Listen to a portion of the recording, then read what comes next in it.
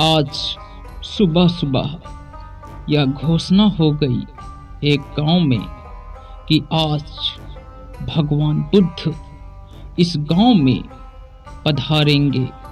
लोगों की भीड़ उस गांव में इकट्ठा हो गई भगवान गौतम बुद्ध के दर्शन करने के लिए। लोग बड़े जोशों उल्लासों के साथ भगवान गौतम बुद्ध के आगमन का इंतजार करने लगे। उन्हीं में से कुछ छोटे बच्चे थे। छोटे बच्चों की बात क्या कही जाए, वो छोटे दिमाग के साथ साथ शरीर से भी होते हैं, लेकिन उनके मन में किसी प्रकार का दुर्गुण नहीं होता है। उनके अंदर ऊंच नीच का भाव भी नहीं होता है।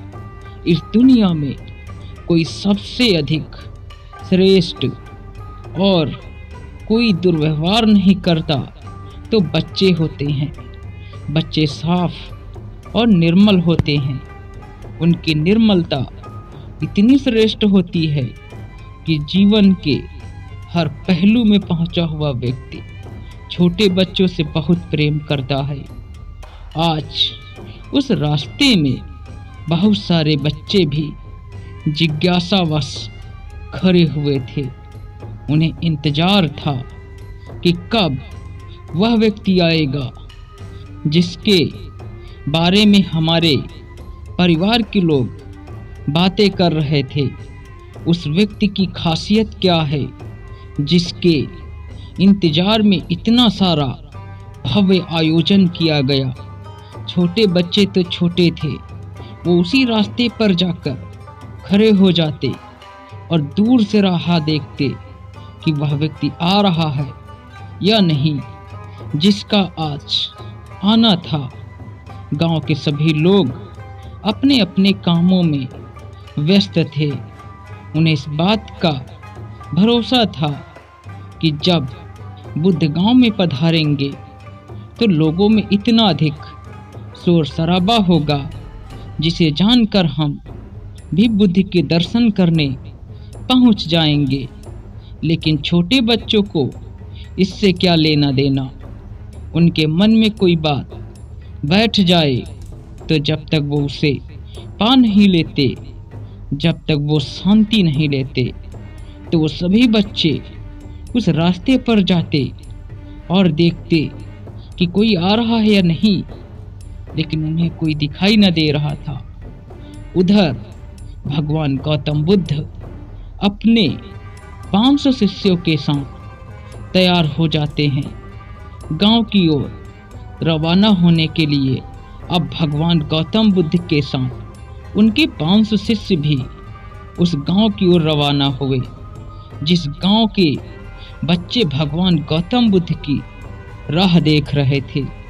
जैसे उन्होंने दूर से भगवान गौतम बुद्ध को आते हुए देखा, वो सभी बच्चे जोर से उल्लास करने लगे।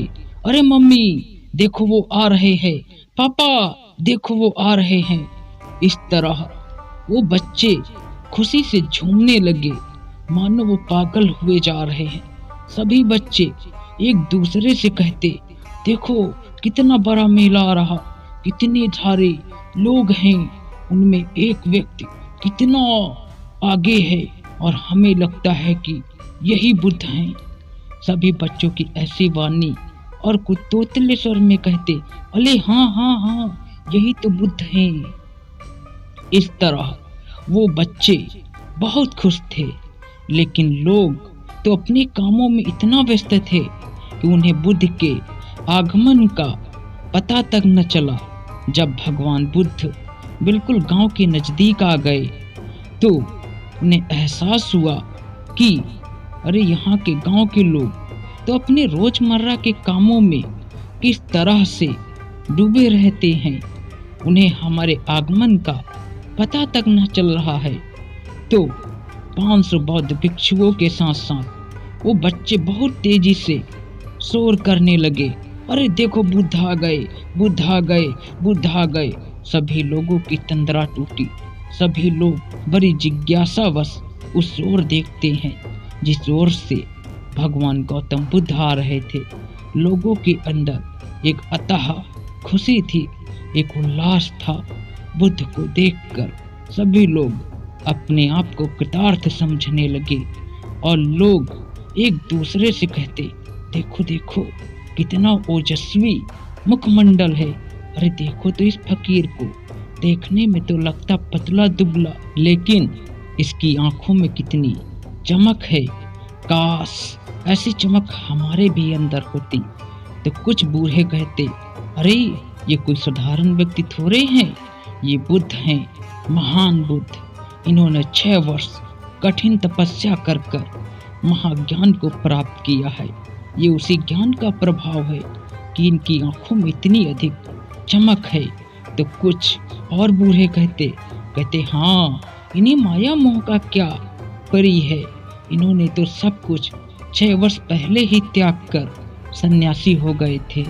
इसी का तो ये फल है कि आज इन्हें महाज्ञान प्राप्त हुआ है।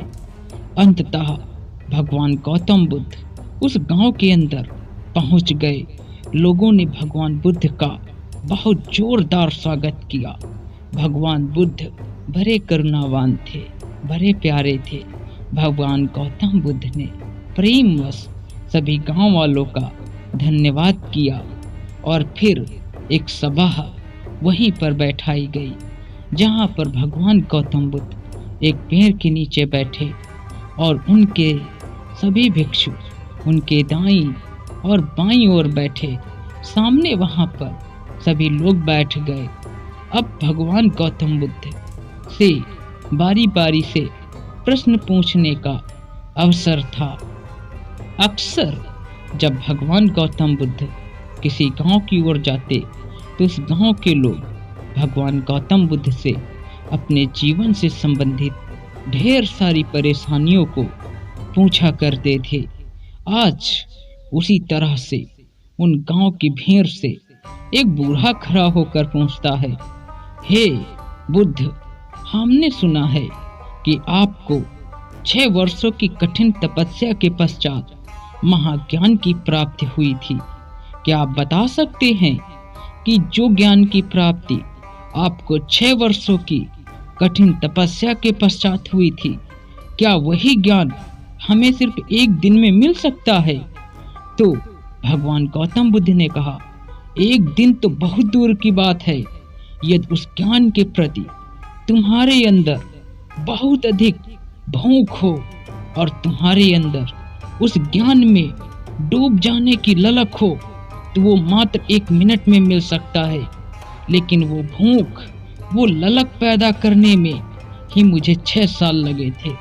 उन 6 सालों में उस ज्ञान को प्राप्त करने की मेरे अंदर जो भयंकर लगन और ललक पैदा हुई थी, उसी का परिणाम था कि मात्र 7 दिनों की ध्रुव समाधि के पश्चात मुझे वह ज्ञान मिला था। लेकिन 6 सालों तक मैं उस 7 दिनों की ध्रुव समाधि के लायक तैयार हो रहा था। शायद 6 सालों तक मैं वो कठिन परिश्रम न करता तो 7 दिनों तक ध्रुव समाधि लगाने लायक मेरे अंदर वो क्षमता न विकसित होती। उसी तरह से तुम चाहते हो कि तुम्हें एक दिन में वही महाज्ञान प्राप्त हो जाए, तो तुम अभी से इसी वक्त से अपने आप को वर्तमान में लाने का प्रयास करो। तुम जो भी काम करते हो उन कामों को बेहद जीवंत होकर करो। ना तो तुम भूत की सोचो और न भविष्य की सोचो। बस तुम जहाँ हो उसी पल में डूब जाओ। अपने चारों ओर की हो रही हलचलों को महसूस करो। जो कार्य कर रहे हो उस कार्य में डूब जाओ। ना तो तुम अपने भूत का स्मरण करो और ना तो कोई योजना बनाओ भविष्य में करने की। जो वर्तमान में है उसे पूर्ण रूप से स्वीकार कर लो।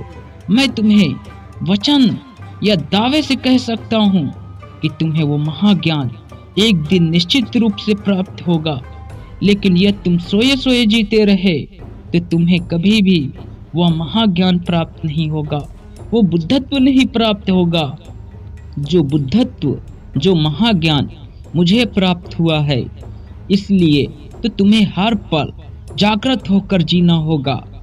तो उस गांव के उस बूढ़े व्यक्ति ने पूछा, हे बुद्ध, जागृत अवस्था से आपका क्या तात्पर्य है?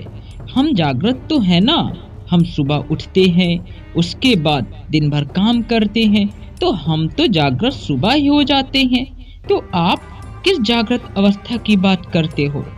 तो भगवान बुद्ध ने कहा, जरा तुम ख्याल करो, जरा गहराई से अपने अंदर जाओ। क्या तुम वास्तव में जागृत हो? आंखें तो तुम्हारी खुली हैं, लेकिन तुम अपने मन में ही खोए रहते हो, अपने विचारों के जाल में ही फंसे रहते हो। तुमने कब अपने विचारों से बाहर आने का प्रयास किया? तुमने कब वर्तमान में खिले हुए फूलों की सुगंध को महसूस किया? तुमने कब चल रहे पानी की धार को देखने का प्रयास किया? तुमने कब वायु के स्पर्श को महसूस किया? कुछ भी तो नहीं। तुम हर पल अपने भूत के विषय में ही खोए रहते हो।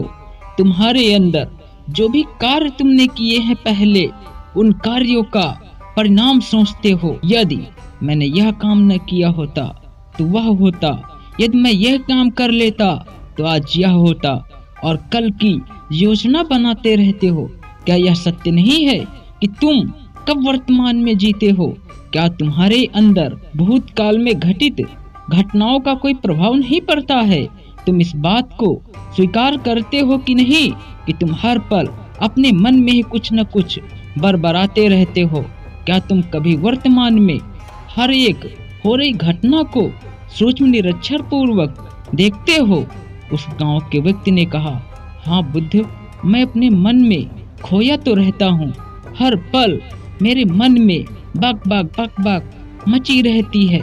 मैं भी परेशान हूँ अपने मन से, उन विचारों से। इतने सारे अनुभव इतने दर्ददायी होते हैं, लेकिन चाहकर भी मैं अपने मन से मुक्ति नहीं पा पाता हूँ। मेरा मन मुझे भ्रमित करता रहता है। क्या आप मुझे मन से मुक्त होने का कोई रास्ता बता सकते हैं? तो भगवान बुद्ध ने कहा, निश्चित रूप से तुम्हारा मन शांत होगा। इसके लिए हर पल बस तुम्हें वर्तमान में जीने का अभ्यास करना होगा। जैसे ही तुम पूर्ण वर्तमान में होते हो, वैसे ही तुम्हारा मन मृत हो जाता है। लेकिन याद रखना, ये सिर्फ मैं तुमसे शब्द कह रहा हूँ, लेकिन ये शब्द नहीं है, ये अनुभव के स्तर की बात है। जब तुम वर्तमान में होते हो, वास्तव में तुम्हारे मन की मौत हो जाती है। मन की मौत ही पूर्ण वर्तमान है। जैसे ही तुम्हारे मन की बकबक शांत होती है, वैसे ही वर्तमान प्रकट होता है। तो यदि हम वर्तमान में प्रकट हो जाएं, तो मन स्वतः ही शांत हो जाता है। तो तुम्हें अपने मन को शांत करने का अभ्यास नहीं करना, बल्कि वर्तमान में आने का अभ्यास करना है। अब वर्तमान में आने का क्या तात्पर्य है? यह तात्पर्य यह है कि तुम्हारे चारों ओर जो भी घटनाएं होती हैं, जो भी परिणाम होते हैं, लोग बातें कर रहे हैं, लोग आ रहे हैं, लोग जा रहे हैं, रोड पर वाहन चल रहे हैं, पेड़ अपने जगह पर खड़े हुए हिल रहे हैं, टिड्डे ची ची कर रहे हैं, चिड़िया चहचहा रही हैं, गाय चिल्ला रही हैं, कुत्ते भौंक रहे हैं। इन सभी घटनाओं को एकदम जागृत होकर सुनो। जब तुम्हें सब सुनाई देने लगे और वर्तमान में हो रहे हर एक हलचल दिखाई देने लगे, तो तुम समझ जाना कि तुम वर्तमान में हो। और जैसे ही तुम इन सभी चीजों से चूक जाओ, तो जान जाना कि तुम अपने अतीत में खो गए हो या भविष्य में चले गए हो। तो तुम्हें सिर्फ वर्तमान में रहने का अभ्यास करना है और तुम्हारा मन शांत हो जाएगा। इसके बाद वह व्यक्ति संतुष्ट हो गया और उसने कहा, हे बुद्ध, मैं आज से और अभी से प्रयास करूंगा और प्रण लेता हूँ कि मैं आज से हमेशा वर्तमान में ही जीने का प्रयास करूंगा। तो दोस्तों, आप भी समझ सकते हैं कि वर्तमान में रहने का क्या भयंकर आनंद होता है। अब वर्तमान में रहने का प्रयास कीजिए। मैं अपने जीवंत अनुभव से कह सकता हूँ कि वर्तमान में रहने का जो असीम आनंद होता है, वो शब्दातीत है।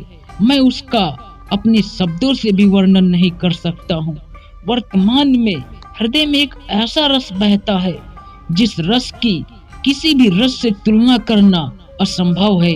ये मेरा खुद का जीवंत अनुभव है कि वर्तमान में रहने पर जो असीम स्तर का आनंद प्राप्त होता है, वह आनंद आपको किसी भी नशे से भी नहीं प्राप्त हो सकता है।